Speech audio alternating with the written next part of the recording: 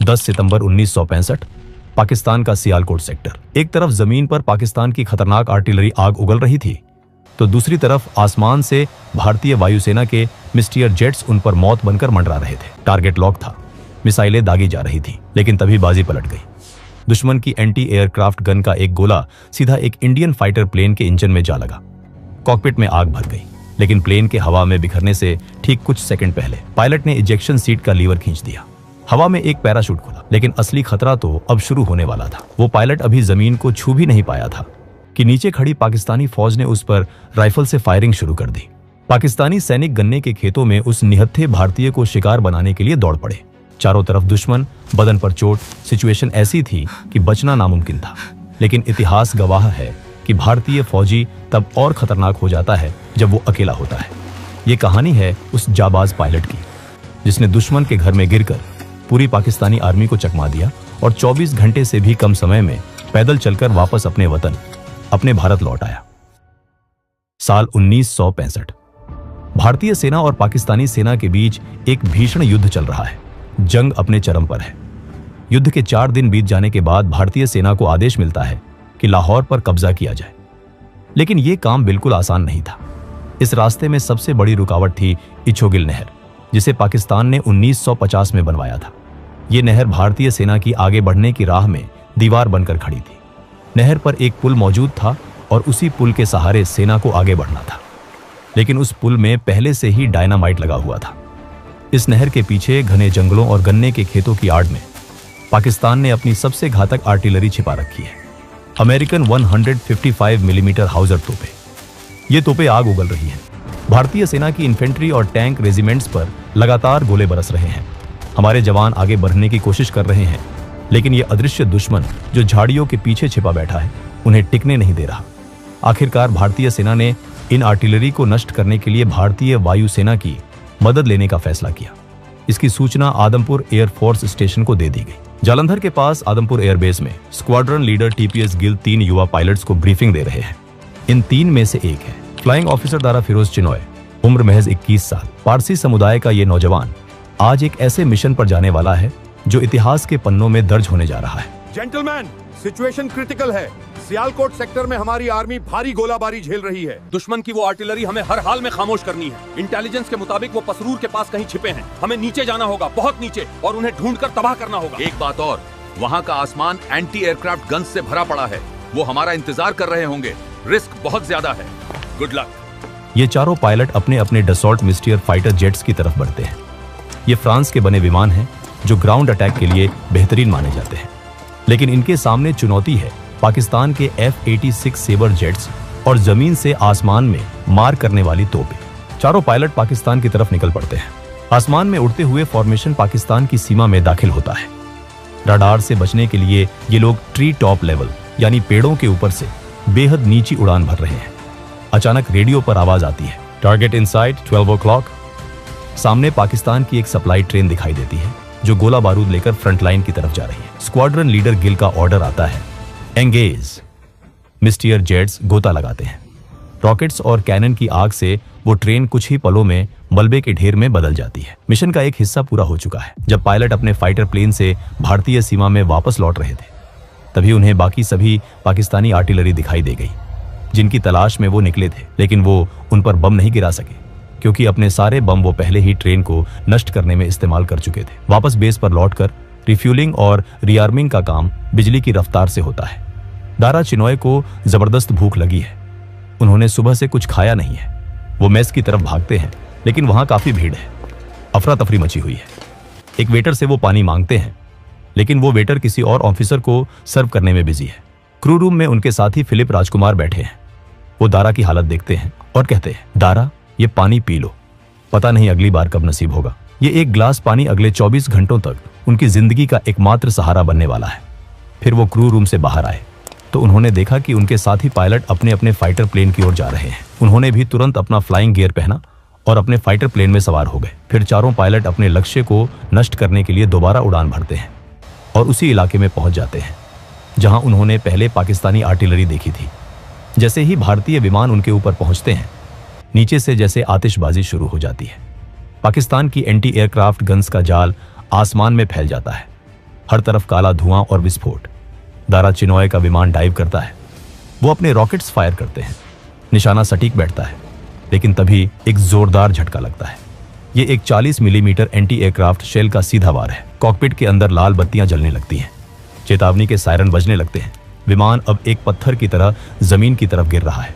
नीचे पाकिस्तान की जमीन तेजी से करीब आ रही है। दारा तुरंत प्लेन से इजेक्ट कर जाते हैं। अगले ही पल दारा चिनॉय हवा में झूल रहे हैं। पैराशूट खुल चुका है, लेकिन राहत की सांस लेने का वक्त नहीं है। नीचे से गोलियों की आवाजें आ रही हैं। जिनेवा कन्वेंशन के मुताबिक किसी भी गिरते हुए पायलट पर गोली चलाना युद्ध अपराध है, लेकिन पाकिस्तानी सैनिक नीचे से उन पर राइफल से फायर कर रहे हैं। वो उन्हें हवा में ही मार गिराना चाहते हैं। दारा देखते हैं कि गोलियां उनके पैराशूट में छेद कर रही हैं। वो अपनी रस्सियों को खींचकर ग्लाइड करने की कोशिश करते हैं ताकि निशाना मुश्किल हो जाए। फिर वो जमीन के एक ऐसे हिस्से की तरफ गिर रहे हैं जहां गन्ने के घने खेत हैं। जैसे ही वो जमीन से टकराते हैं, वो लुढ़कते हुए पैराशूट को रिलीज करते हैं। दारा जानते हैं कि अगर वो पकड़े गए तो एक युद्धबंदी के रूप में टॉर्चर उनका नसीब होंगी, या शायद भीड़ उन्हें वहीं मार डालेगी। वो गन्ने के खेत में रेंगना शुरू करते हैं। कीचड़ और पानी से उनका फ्लाइट सूट भीग जाता है। अब शुरू होता है एक खतरनाक चूहे बिल्ली का खेल। दारा का दिमाग बिजली की तेजी से काम करता है। वो सोचते हैं अगर वो सीधे ईस्ट यानी भारत की तरफ भागेंगे तो वो उन्हें वहीं ढूंढेंगे। वो बॉर्डर पर नाकाबंदी कर देंगे। इसलिए वो भारत की तरफ नहीं, बल्कि वेस्ट की तरफ, पाकिस्तान के और अंदर की तरफ भागना शुरू करते हैं। ये एक रिस्की जुआ है, लेकिन ये काम कर जाता है। पाकिस्तानी सर्च पार्टी उन्हें ईस्ट की दिशा में ढूंढती रह जाती है और वो उनकी नाक के नीचे से ऑपोजिट डायरेक्शन में निकल जाते हैं। सूरज ढल रहा है। दारा एक घनी झाड़ी के नीचे छिप जाते हैं। उनके पास नक्शे हैं, कोड्स हैं और कुछ जरूरी कागजात हैं। अगर ये दुश्मन के हाथ लग गए तो भारतीय वायुसेना के राज खुल जाएंगे। वो अपनी जेब से लाइटर निकालते हैं, एक छोटा सा गड्ढा खोदते हैं और उन तमाम दस्तावेजों को जला देते हैं और फिर राख को मिट्टी में दबा देते हैं। फिर वो अंधेरा होने का वेट करते हैं। अब प्यास से गला सूख कर कांटा हो गया है। 20 घंटे हो चुके हैं और हलक से पानी की एक बूंद नहीं उतरी है। रात हो जाता है। अब दारा फिरोज चिनॉय अब अपनी दिशा बदलते हैं। अब वो नॉर्थ ईस्ट की तरफ मुड़ते हैं, यानी भारत की ओर। वो पूरी कोशिश करते हैं कि गांवों से दूर रहें ताकि कोई उन्हें देख ना पाए। वो लगातार चलते रहे। उनकी कोशिश थी कि सुबह तक वो भारत लौट जाए। रास्ते में उन्हें काफी नहरें मिली। फ्लाइट गियर, भारी जूते और पिस्तौल के साथ तैरना आसान नहीं है। वो पानी में उतरते हैं। ठंडा पानी शरीर को सुन्न कर देता है, लेकिन प्यास बुझाने के लिए वो इसी गंदे पानी के कुछ घूंट पी लेते हैं। आगे उन्हें कीचड़ और हर तरफ दलदल मिलता है। वो अपने चेहरे और हाथों पर गीली मिट्टी पोत लेते हैं। चलते चलते पैर जवाब दे रहे हैं। उन्हें अपनी पत्नी मार्गी और अपने परिवार का ख्याल आता है। उन्हें वो पुराना किस्सा याद आता है जब 1942 में उनका परिवार रंगून से जान बचाकर पैदल भारत आया था। करीब 5 घंटे की लगातार मशक्कत के बाद उन्हें एक पक्की सड़क दिखाई देती है। ये अमृतसर बटाला हाईवे है। इसका मतलब वो भारत में हैं, लेकिन खतरा अभी टला नहीं है। युद्ध के समय फ्रेंडली फायर का खतरा सबसे ज्यादा होता है। भारतीय सैनिक हर उस चीज पर गोली चलाने के लिए तैयार हैं जो संदिग्ध लगती है। उन्हें सामने एक कुआं दिखाई देता है। दारा वहां रुकते हैं, बाल्टी डालकर पानी निकालते हैं और जी भरकर पानी पीते हैं। फिर बचा हुआ पानी अपने सिर पर डाल लेते हैं। तभी अंधेरे में से एक कड़क आवाज आती है। कोई चिल्लाता है, कौन है वहां? दारा हाथ ऊपर करते हैं। मैं एक इंडियन पायलट हूं, डोंट शूट। झाड़ियों से भारतीय सेना के जवान निकलते हैं। उनकी बंदूकें दारा पर तनी हैं। दारा की हालत देखकर उन्हें यकीन नहीं होता।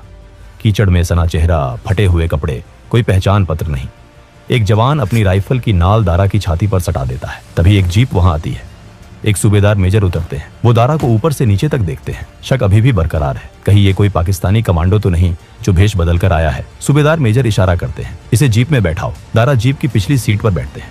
उनके बगल में एक जवान बैठता है जिसकी स्टेन गन की नली सीधे दारा की कनपटी पर है। जीप का एक झटका लगता है। अचानक गोली चल जाती है। गोली दारा के कान के पास से सनसनाती हुई निकल जाती है और जीप की छत को चीर देती है। जवान की उंगली गलती से ट्रिगर पर दब गई थी। दारा सन्न रह जाते हैं।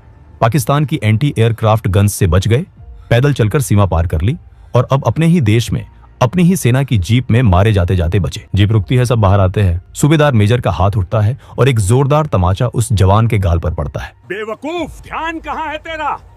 जीप एक आर्मी कैंप में पहुंचती है। वहां एक युवा कैप्टन बैठे हैं, कैप्टन कहाई। दारा को उनके सामने पेश किया जाता है। कैप्टन कहाई सख्ती से पूछते हैं, आईडी कार्ड दिखाऊं तुम्हारा? मिशन पर हम आईडी लेकर नहीं जाते। अपनी यूनिट का नाम बताओ। स्टेशन कमांडर कौन है? Number 32 squadron, Adampur, group captain Jock Lloyd. अच्छा, तुम फ्लाइट लेफ्टिनेंट कहाई को जानते हो? वो भी एयरफोर्स में है। कैसा दिखता है वो? मोटा है, क्लीन शेव है? नहीं कैप्टन, वो दुबला पतला है और पगड़ी पहनता है, सरदार है। ये सुनते ही कैप्टन कहाई दारा को गले लगा लेते हैं। वो मेरा कजिन है, तुम सच बोल रहे हो। माहौल एकदम बदल जाता है। शक की जगह भाईचारे ने ले ली है। कैप्टन कहाई तुरंत कॉफी मंगवाते हैं। गर्म नाश्ता आता है। दारा के लिए ये किसी शाही दावत से कम नहीं है। खबर तुरंत ऊपर भेजी जाती है। दारा को अमृतसर एयरफोर्स स्टेशन भेजा जाता है। वो जीप में ही सो जाते हैं। अगले दिन जब वो आदमपुर एयरबेस की मेस में दाखिल होते हैं तो सन्नाटा छा जाता है। उनके साथी जो मान चुके थे कि दारा शहीद हो चुके हैं, उन्हें भूत की तरह देखते हैं और फिर तालियों की गड़गड़ाहट और हुंकार से पूरा हॉल गूंज उठता है। दारा फिरोज चिनॉय वापस आ गए हैं, मौत के मुंह से निकलकर। इस अदम्य साहस के लिए उन्हें डिस्टिंग्विश्ड सर्विस मेडल से नवाजा जाता है। लेकिन कहानी यहीं खत्म नहीं होती। एक आम इंसान शायद इस अनुभव के बाद फ्लाइंग छोड़ देता, लेकिन कुछ ही दिनों बाद मेडिकल क्लियरेंस मिलते ही दारा चिनॉय वापस कॉकपिट में थे। 1965 की जंग खत्म होने से पहले उन्होंने 10 और मिशन किए। ये वो जज्बा है जो एक सैनिक को आम आदमी से अलग बनाता है।